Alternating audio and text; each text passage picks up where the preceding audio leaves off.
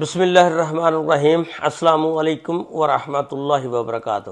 جی ناظرین، آج کے ولاگ میں آپ کے ساتھ یہ جو لڑکا آپ اس کی تصویر دیکھ رہے ہیں اس کے متعلق بتاؤں گا کہ یہ 16 سال کا نوجوان لڑکا ہے۔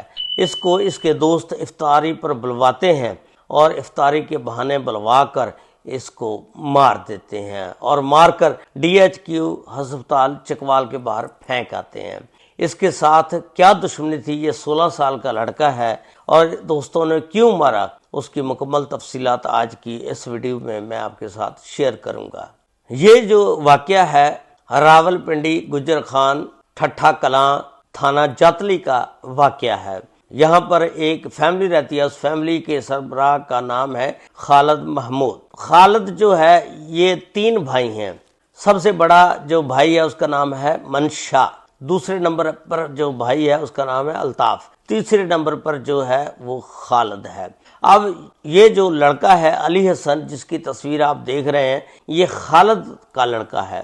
خالد جو ہے جنوری 2025 میں ایک مقدمے کے سلسلے میں جیل میں ہے، اس پر ایک مقدمہ ہو گیا تھا جس کی وجہ سے وہ ابھی تاریخیں بھگت رہا ہے، جیل میں ہے۔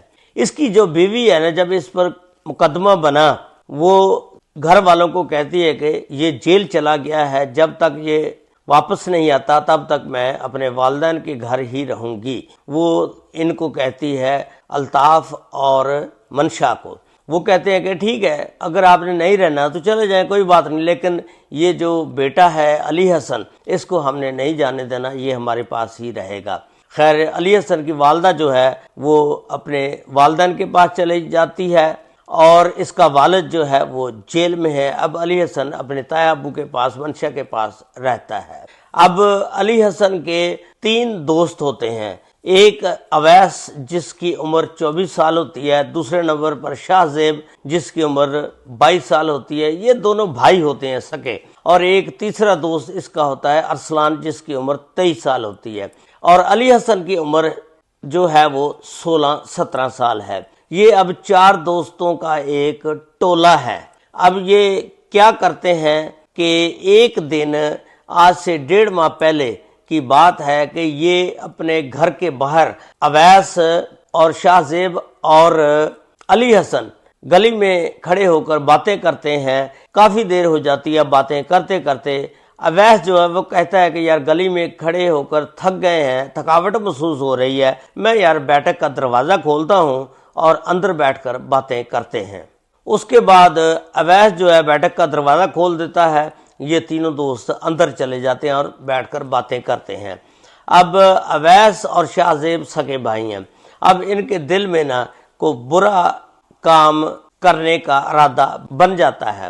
یہ نا علی حسن کو پکڑتے ہیں اور اس کو زیادتی کا نشانہ بنانے کی کوشش کرتے ہیں، لیکن علی حسن جو ہے ان کے ساتھ گتھم گتھا ہوتا ہے اور آپس میں یہ جھگڑتے ہیں، ایک دوسرے کو لتاڑتے ہیں۔ آخر کار علی حسن جو ہے نا وہ اپنی جان چھڑانے میں کامیاب ہو جاتا ہے، اس کے کپڑے پھٹ جاتے ہیں لیکن وہ بھاگ جانے میں کامیاب ہو جاتا ہے، بھاگ جاتا ہے۔ اس کے بعد گھر پہنچ جاتا ہے، جا کر خاموشی سے بیٹھ جاتا ہے۔ اس کے تایا ابو منشا جو ہے وہ پوچھتا ہے خیریت ہے، وہ کہتا ہے کہ کوئی بات نہیں ہوئی۔ اس نے کہا کہ میں کرکٹ کھیل رہا تھا، وہاں پر دوستوں کے ساتھ کچھ ہاتھا پائی ہوگی، اس وجہ سے کپڑے پھٹے ہیں۔ خیر، تایا ابو نے کہا کہ اس طرح نہیں کرنا چاہیے، لڑائی جھگڑا مت کیا کرو۔ خیر، اس نے جو اصل بات تھی وہ نہیں بتائی۔ اس کے بعد کیا ہوتا ہے کہ یہ جو اس کا دوست ارسلان ہے اس کو ساری بات بتاتا ہے کہ یار اس طرح انہوں نے میرے ساتھ زیادتی کرنے کی کوشش کی لیکن میں وہاں سے بھاگ آیا، میرے کپڑے پھٹ گئے۔ اس کے بعد ارسلان کیا کرتا ہے، ان تینوں کو بلواتا ہے اور بلوا کر آپ درمیان میں بیٹھ جاتا ہے، بیٹھ کر ان کی صلح کروا دیتا ہے، صلح ہو جاتی ہے۔ اب ہم آتے ہیں وقوع کی طرف۔ یہ 21 فروری کا واقعہ ہے، تیسرا روزہ تھا۔ یہ شام کو علی حسن کے پاس جاتے ہیں، آج نا افطاری آپ نے ہمارے ساتھ کرنی ہے، ہم آپ کو افطاری کے لیے دعوت دینے آئے ہیں۔ علی حسن کہتا ہے کہ ٹھیک ہے یار، چلو میں افطاری آپ کے ساتھ کر لوں گا۔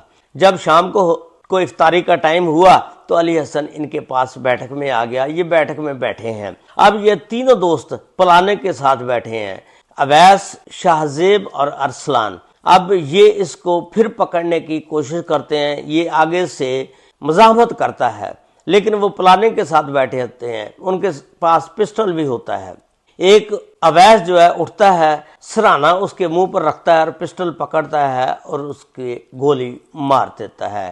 اس کو مار کر گولی آپ پھر مزے سے بیٹھ کر افطاری کرتے ہیں، اور جب اندھیرا چھا جاتا ہے اس کے بعد ان کا ایک جاننے والا کیری ڈبے والا ہوتا ہے، اسی گاؤں کا رہنے والا، علاقے کا، جس کا نام ہوتا ہے احتشام۔ یہ احتشام کو فون کرتے ہیں کہ یار ہم نے دادی امی کو نا چکوال DHQ ہسپتال میں لے کے جانا ہے، آپ کیری ڈبہ لے کر آ جائیں۔ احتشام جو ہے کیری ڈبہ لے کر آتا ہے، یہ نا اس کی لاش کو کپڑے میں لپیٹ کر کیری ڈبے میں رکھ دیتے ہیں۔ وہ پوچھتا ہے کہ کیا ہے، انہوں نے کہا کہ دادی امی کی طبیعت زیادہ خراب ہے، اس لیے اس کو DHQ چکوال لے کے جانا ہے۔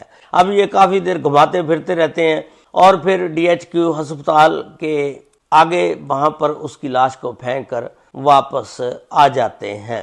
اور جب واپس آ جاتے ہیں، جب ہسپتال کا عملہ علی حسن کی لاش کو دیکھتا ہے، وہ 15 پر کال کرتے ہیں، پولیس آ جاتی ہے، اور پولیس اس کی لاش کو اٹھاتی ہے، پوسٹ مارٹم کے لیے لے جاتی ہے، اور اس کی شناخت کے لیے اس کے فنگر پرنٹس وغیرہ جو بھی ہے سارا کچھ چیک کرتی ہے۔ اس کے بعد پیچھے سے علی حسن کا تایا منشا جو ہے وہ ان کے گھر آتا ہے، کہتا ہے کہ آپ کے بیٹوں نے ہمارے علی حسن کو بلوایا تھا افطار پارٹی پر، وہ کہاں ہے، ابھی تک واپس نہیں آیا۔ وہ کہنے لگے کہ وہ کہیں باہر افطاری کرنے گئے ہوں گے، وہ بھی ابھی تک نہیں آئے۔ خیر وہ تسلی سے واپس چلا جاتا ہے کہ چلیں کوئی بات نہیں، وہ بھی ساتھ ہی ہیں، آ جائیں گے۔ خیر یہ واپس چلا جاتا ہے۔ اس کے بعد دوسری طرف جو ہے نا وہ پولیس جو ہے اس کے فنگر پرنٹ سے اس کے خاندان کا نمبر، اس کا سارا کچھ ڈیٹا نکال کر اس کے تائے ابو کے موبائل پر فون کرتی ہے۔ تائے ابو منشا جو ہے ہسپتال آ جاتا ہے اور آ کر اس کی لاش کو پہچان لیتا ہے۔ پھر پولیس جو ہے اس سے ساری تفتیش کرتی ہے، پوچھتی ہے، پھر اس نے سارا وقوع بتایا، جس طرح انہوں نے افطاری پر بلایا، پھر بلا کر ایسے جو بھی سارا واقعہ تھا وہ پولیس کو سنوایا کہ آج سے 1.5 ماہ پہلے ان کے ساتھ جھگڑا ہو گیا تھا، لیکن اس نے مجھے بتایا تھا کہ میری صلح ہو گئی ہے، اب افطار پارٹی پر انہوں نے بلوایا تھا اور یہ وقوع ہو گیا ہے۔ پولیس نے پھر ایک 302 کا مقدمہ جو ہے تایا منشا کی مدعیت میں درج کر دیا، اور اس میں جو ہے پولیس نے ارسلان کو پکڑ لیا اور کیری ڈبے والے احتشام کو پکڑ لیا۔ اب اویس اور شاہ زیب جو 2 بھائی ہیں ابھی تک مفرور ہیں، وہ نہیں ملے کہ کہاں ہیں۔ یہ ایک دلخراش واقعہ تھا کہ دیکھیں شیطان کہتے ہیں کہ روزوں کے مہینے میں جکڑ دیا جاتا ہے، لیکن یہاں دیکھیں کہ شیطان روزوں کے مہینے میں بھی کھلے پھر رہے ہیں۔